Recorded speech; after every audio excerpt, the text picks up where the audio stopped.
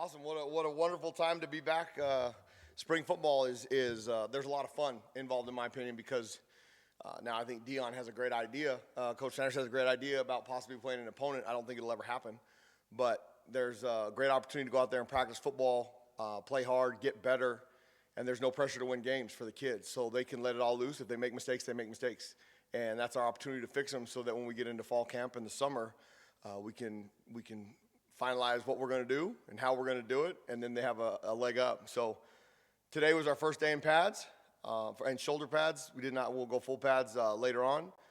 Ran into each other a little bit. I wish it would be 110 degrees right now because I think it's a huge advantage that we have out here to be able to practice like that and then play like that in September and August. It was nice to be out in the stadium on the turf where it's a little warmer. So we've got a long way to go, but we have some pieces that give us a chance, and that's very exciting. And then you added some guys at linebacker in the offseason. What can you say about those guys and what they bring? They're long. I mean, if you look at Riley Wilson, he's got a big old lower half, and he's 6'3". He can run. He's athletic. Max Harris is a really talented football player in the middle of the field that runs inside out. And then Blake Ocher, at any level of tackle, whether it's Pop Warner, FCS, FBS, Power 5, you have 162 tackles in a season. That's unbelievable. So I think we've added some significant depth there. Tay Brown has been outstanding the first 3 days of practice. Chase Kennedy's been outstanding. So I think our linebacker depth and personnel, I think we have a chance to do some really special things in that room because of what we added. And then you've got the younger ones, Jabari Mann, Stacey Bay, and then Flo, who we decided to redshirt last year to give him a chance to develop. He's a little bit hampered up. The sucker's so strong, he's almost too strong for his body. He did a couple really good things today. We'll see how that progresses as spring goes along. Michael, it seems like Chase Kennedy is playing more of a true linebacker position this year. Is that accurate, and what is just the adjustment going to be like for him? With Chase Kennedy and Riley Wilson, when we're in our three-down stuff, both those guys can play on the line of scrimmage and be a dominant defensive end type. You saw what Chase Kennedy was able to do at the beginning of last season, and then Riley was very similar up at Montana. Dom Lalesio is our fourth defensive end right now in that group. So between those three, Dom actually, we took him off the ball and ran some inside stunts with him today. If our best four players are 4D linemen, then Chase Kennedy will be off the ball a lot and we'll move him around. But to be multiple and to give those guys, to give the picture to the offense to be some organized chaos, if those guys can come from everywhere, line up on the line of scrimmage, or come from depth, it creates a lot of uncertainty for what they expect. And I thought the back end was really good with this guys. Today, we'll continue to try and give Noah fits that way, but that's kind of where we see Chase's role, being able to play on the line of scrimmage and off because of his athletic ability. In terms of the transfer portal, you guys were able to keep some key players in terms of Trayvon Stukes and Dalton Johnson and Genesis Smith. How key was that for those guys to come back and just the leadership in that room? What we've been able to do coverage-wise, and this is the fifth school that I've installed this defense and done some of those things. We've got Genesis Smith right in the middle. We're going to call him the Bear. He's got some development pieces, what we do coverage-wise both, and is he good enough to stand up there and be a little middle linebacker at times? He looked really good doing it today. Dalton Johnson did some of that for us last year in certain situations, but Dalton and Trayden are really athletic and can cover in space. So those are our two cat safeties. Those three pieces right there, just the experience that they bring back, and then their ability to teach the young guys behind them. They obviously love the University of Arizona, and they made their visits and they made their choice. And those three kids are so fun to be around every single day. Trayden is doing phenomenal in his recovery, which is awesome. We'll have a chance to see him in fall camp. And then the other two, their leadership ability is phenomenal.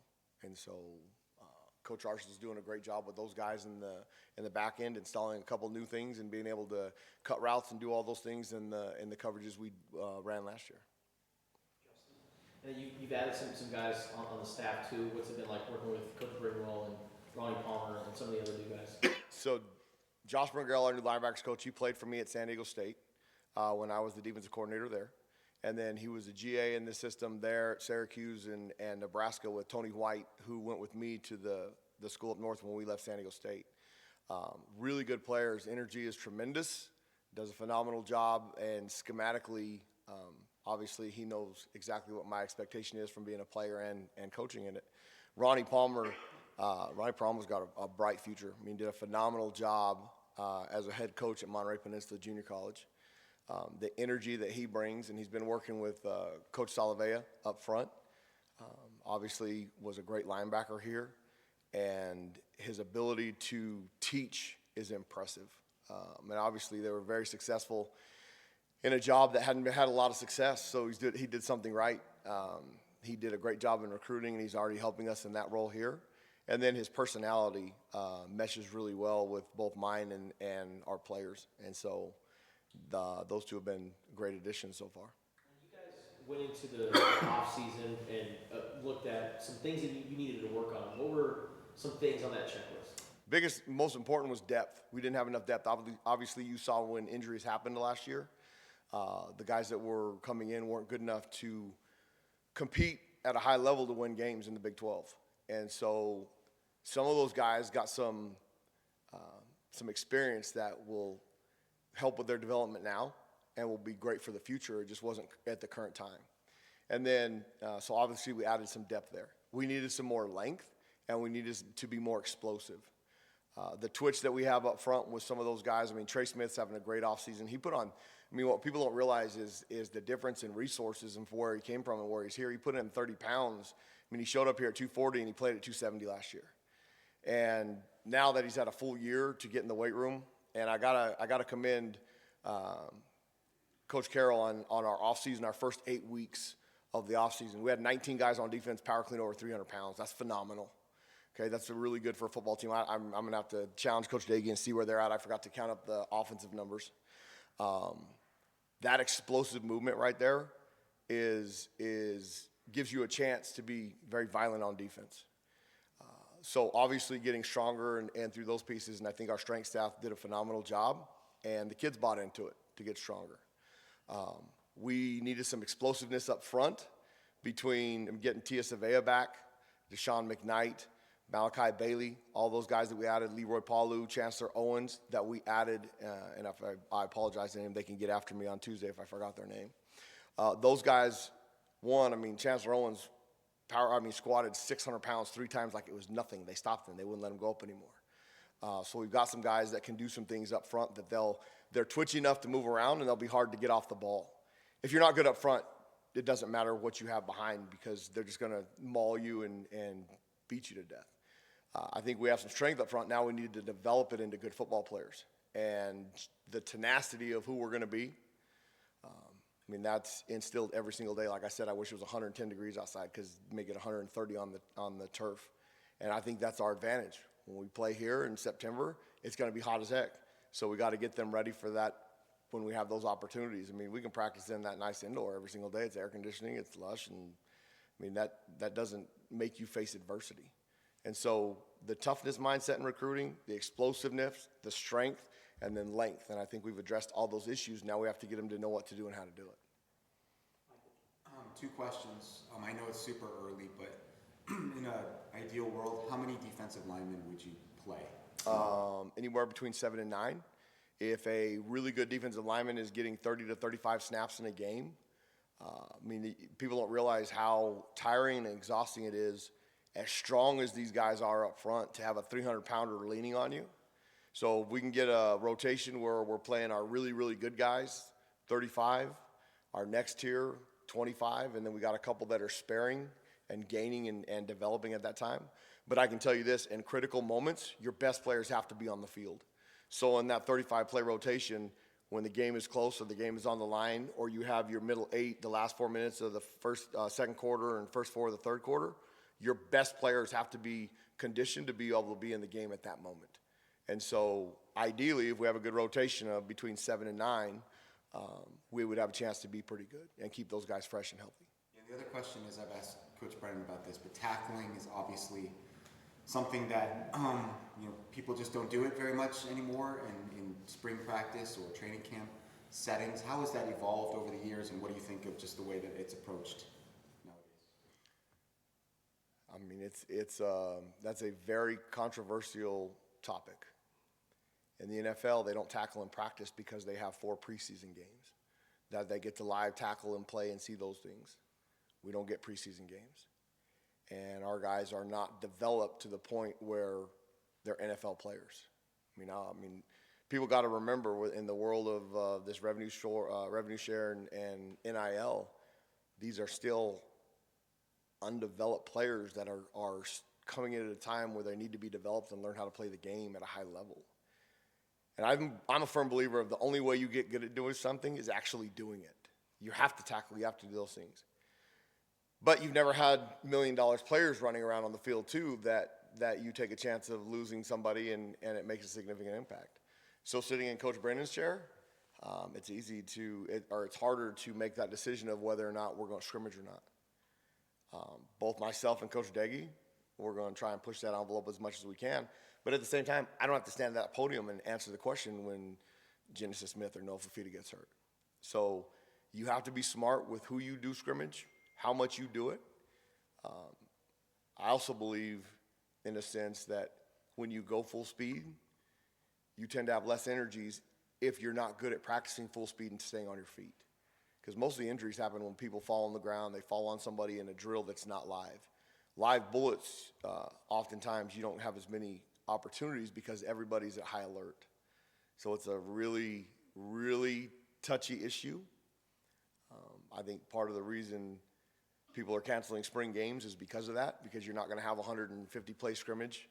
And then there's also the stealing piece, where people that have more money are going to be able to buy players. And it's easy in today's world to touch somebody on Instagram or Twitter or Snapchat. I mean, it's insane. So what we want is guys that want to be here, that want to play. There's an opportunity for them to make money in this day and age, which is phenomenal, which if they're smart. And I think one of the things that TB does with Beyond Football here, and what gives us a chance to recruit high-level athletes, is the opportunities that we're sharing beyond here, which is, I mean, these kids, they have an opportunity in this 4 years of their life to make some money that very few people in this world from 18 to 22 make. And if they just invest and put it away, they can be set up when they're 60 and have millions of dollars in the bank because of what they're able to do. But they have to be educated on how to do it, and they have to be willing to do it. So there's great opportunities with that. And that was a long tangent on what do you think about scrimmaging. But, I mean, that's what leads these conversations and why it becomes so controversial. We'll do one more to Justin. 2 questions. Kind of bouncing off of what Michael was talking about. Have you ever been in a situation where kind of one side of the ball just had so many injuries like you guys had last year? Not that drastic. And this is having to sit in that seat before. And I tell you what, being a head coach and then coming back, I mean, I'll be the best damn assistant there's been in a long time as far as helping the head coach with things. When you get that many injuries, and last year it was ACLs, or you get people that it eliminates, obviously there's something that needs to be looked at.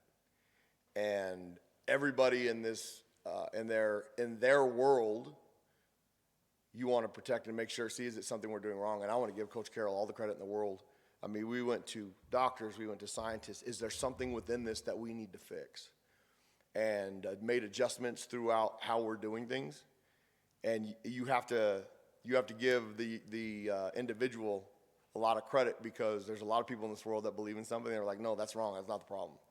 And Coach Carroll is as high level of, we're going to do everything to maximize our gentlemen as we can, our student athletes in this program. So I've never had that kind of an issue. And obviously the depth wasn't good enough, because if you look at how we played against Utah, where we had a full rack of our team, and then we lose Keenan Burnett and we lose Traden Stukes, and then we lose Gunnar Maldonado the next week, and then we lose Jacob Manu. I mean, it was just a roll of, and then you got guys that are going to be good enough someday, but they weren't good enough for the moment at the time. And we were good enough to be competitive in most of them, but obviously we weren't good enough to be competitive, especially with the team up north. So that was something that was addressed and needed to be fixed through recruiting. And my second question from afar, what's it been like watching Trey Smith work with Joe Salovey, and what do you think his coaching can do for a player like Trey this year? It's going to be phenomenal. Joe Salovey is the best D-line coach I've ever been around.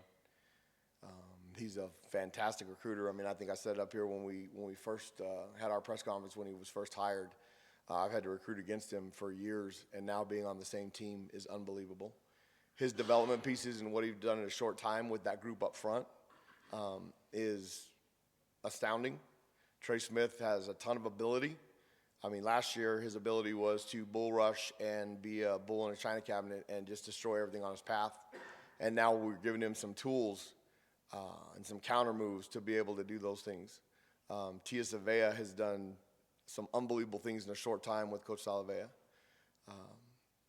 The opportunity to have a four-man rush and actually get to the quarterback in a time that Coach Salovea has got some tools that's going to help some talented guys. You don't have to have the most talent. You have to have enough talent to be really good. And we have enough talent. Obviously, it takes a little bit of luck to stay healthy.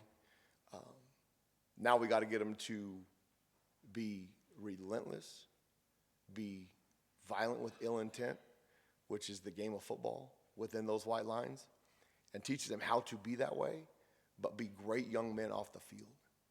That's the greatest thing about being a football coach, is that world out there on that grass between the white lines it is so fun if that's the kind of stuff you enjoy. And it's really fun and encouraging to teach them how to be that way, yet be a great husband to their wife or a great father or great friends to their teammates. And it's why we do this. Now, you have to have an edge to yourself if you want to be good on defense. If you want to be a good football player, and Coach Daig's going to have the same, very similar message. You have to have that edge that you want to physically destroy anything in front of you and play with a manner just with bad humor. And that's the message that they're hearing every single day. I mean, excuse my language, you have to be a badass to be good on defense. And if that's what they're hearing every single day and they're willing to push through whatever adversity it is in their life, then their life after football is going to be significantly easier than somebody who hadn't had to fight adversity in their life. And this transfer portal has changed fighting through adversity, has changed chasing through a depth chart. I can pick up my ball and go home now really easy. But the ones that decide I'm going to do this and I'm going to be great here and I'm going to listen to that and just be that piece, that's who we want here at Arizona. And that's why we're going to be good on defense. I mean, our goal is to be a top 15 defense in the country. Do we have enough talent? We do. Now it's our job to coach their tails up and get them to play hard. And if they believe in what we're doing, we're going to be damn good. All right, that's our time. Cool.